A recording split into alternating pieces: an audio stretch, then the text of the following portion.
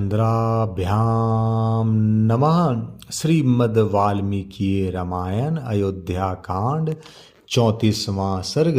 सीता और लक्ष्मण सहित श्री राम का रानियों सहित राजा दशरथ के पास जाकर वनवास के लिए विदा मांगना। राजा का शोक और मूर्छा, श्री राम का उन्हें समझाना तथा राजा का श्री राम को हृदय से लगाकर पुनः मूर्छित हो जाना। जब कमल नयन श्याम सुंदर उपमा रहित महापुरुष श्री राम ने सूत सुमंत्र से कहा, आप पिताजी को मेरे आगमन की सूचना दे दीजिए। तब श्री राम की प्रेरणा से शीघ्र ही भीतर जाकर सारथी सुमंत्र ने राजा का दर्शन किया। उनकी सारी इंद्रियां संताप से कलुषित हो रही थी। वे लंबी सांसें खींच रहे थे।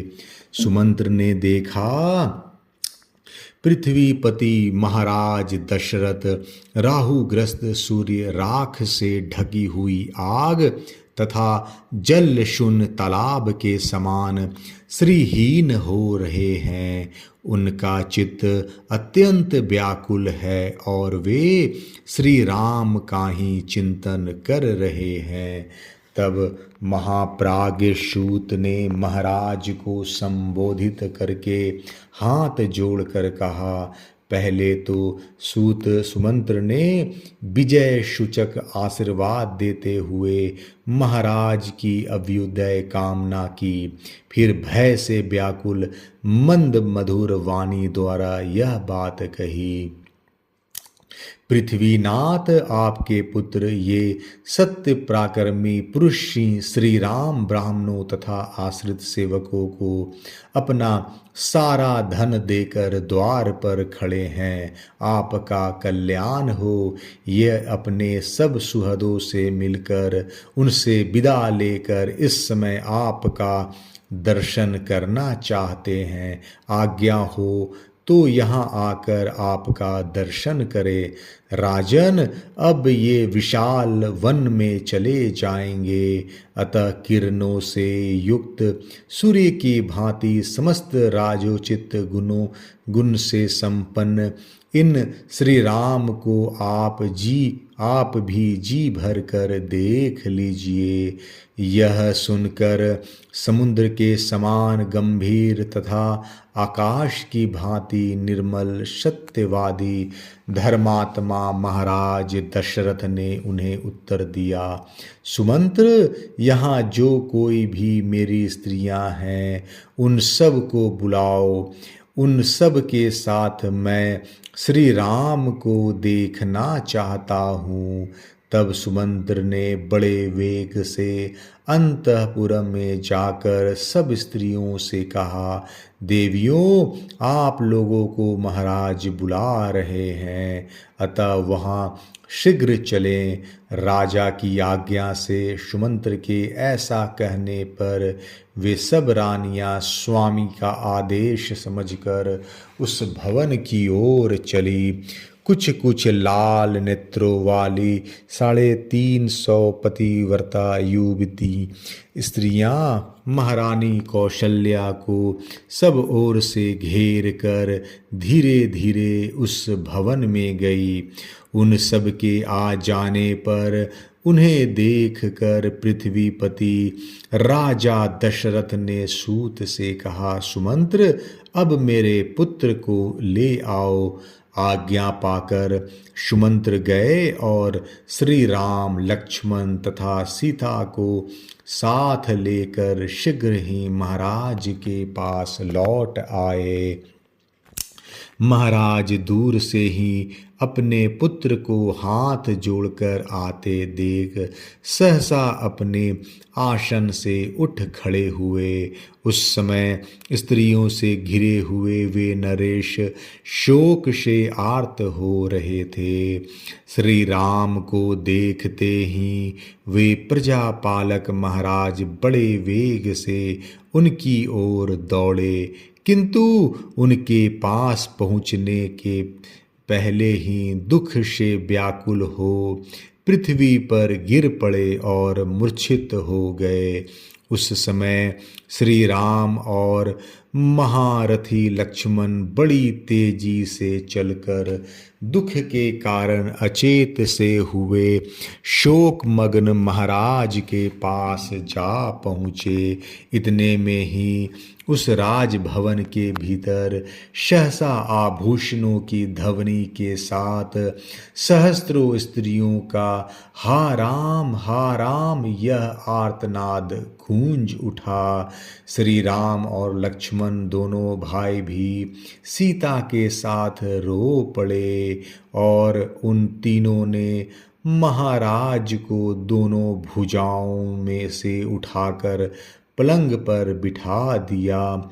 शोकाश्रु के सागर में डूबे हुए महाराज दशरथ को 2 घड़ी में जब फिर चेत हुआ तब श्री राम ने हाथ जोड़कर उनसे कहा, महाराज आप हम लोगों के स्वामी हैं।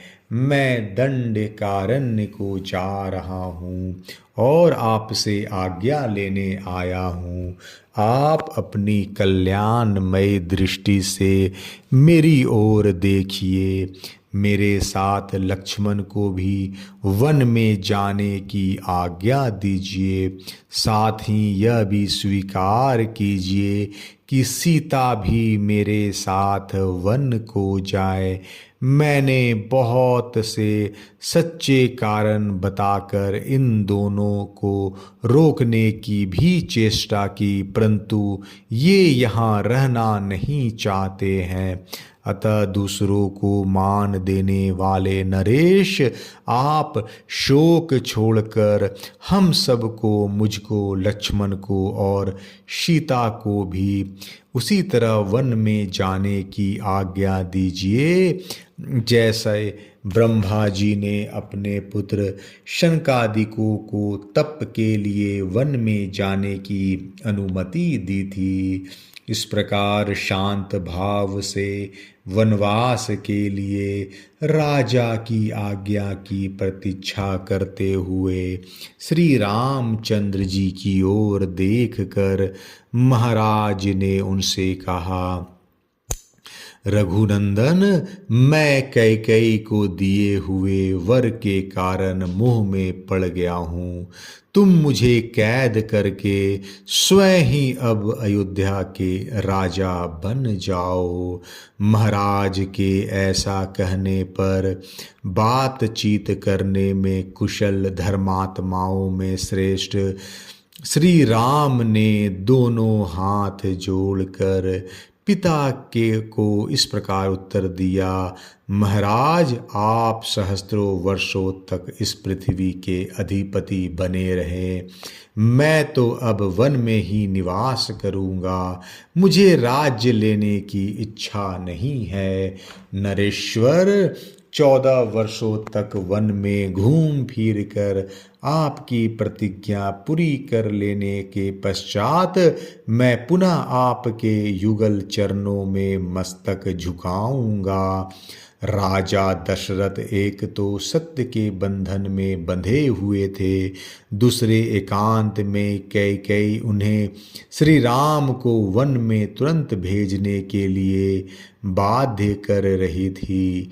इस अवस्था में वे आर्त भाव से रोते हुए वहाँ अपने प्रिय पुत्र श्री राम से बोले, तात, तुम कल्याण के लिए, वृद्धि के लिए और फिर लौट आने के लिए शांत भाव से जाओ। तुम्हारा मार्ग विघ्न बाधाओं से रहित और निर्भय हो। बेटा रघुनंदन, तुम सत्य स्वरूप और धर्मात्मा हो। तुम्हारे विचार को पलटना तो असंभव है, परंतु रात भर और रह जाओ। सिर्फ एक रात के लिए सर्वथा अपनी यात्रा रोक दो।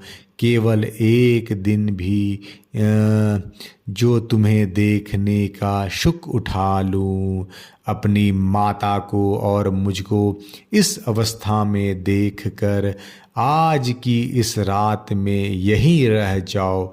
मेरे द्वारा संपूर्ण अभिलषित वस्तुओं से तृप्त होकर कल प्रातः काल यहाँ से जाना।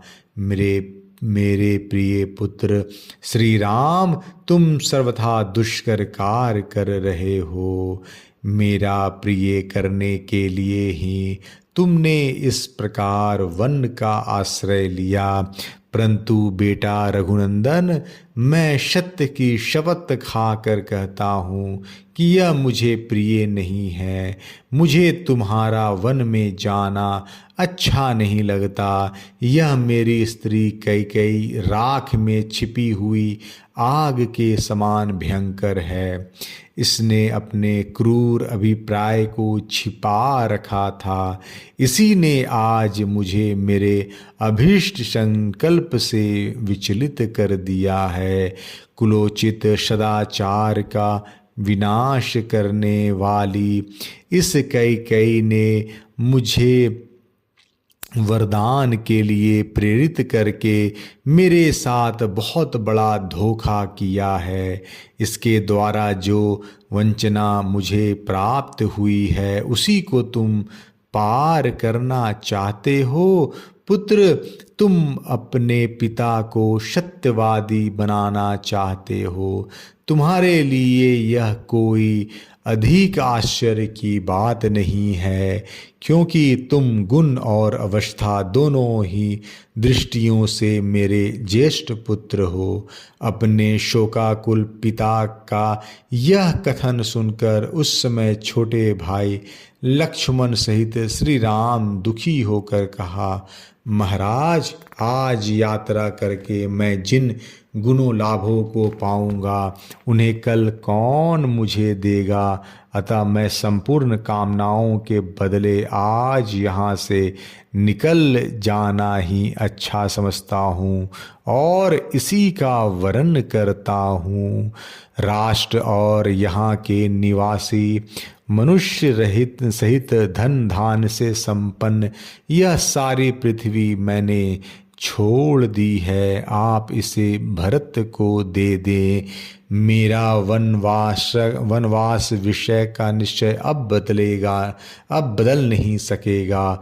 वरदायक नरेश, आपने देवासुर संग्राम में कैकेयी को जो वर देने की प्रतिज्ञा की थी उसे पूर्ण रूप से दीजिए और सत्यवादी बनिए। मैं आपका उक्त आज्ञा का पालन करता हुआ 14 वर्ष तक वन में वनचारी प्राणियों के साथ निवास करूंगा।